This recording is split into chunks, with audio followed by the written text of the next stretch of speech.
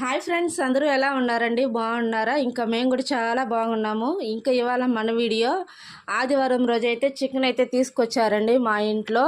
అందులో ఒక 10 ముక్కల వరకు తీసి సైడ్ పెట్టేశానమాట.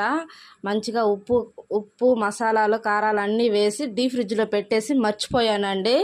ఇంకా ఆదివారం అయిపోయింది, సోమవారం అయిపోయింది, ఈరోజు మంగళవారము. ఇంకా ఫ్రిడ్జ్లో చూస్తే ఉందన్నమాట. మళ్ళీ వెంటనే దాన్ని తీసుకొచ్చి కష్టపడి ఎండలో కట్లు పొయ్యి అయితే మంటేసి ఇంకా నిప్పుల మీద అయితే కాల్చుకొని తిందామని ఎప్పటి నుంచో కోరిక అండి. ఇంకా కోరిక అయితే ఇవాళ తీరిపోయిందనమాట. మంచిగా వీడియో కోసం 2 ముక్కలే అండి తిన్నాను. మిగతా అంతా మా పెద్దమ్మాయి అయితే ప్లేట్తో కూడా పెరుక్కొని వెళ్ళిపోయిందనమాట. ఇంకా మొత్తం అమ్మాయి తినేసింది.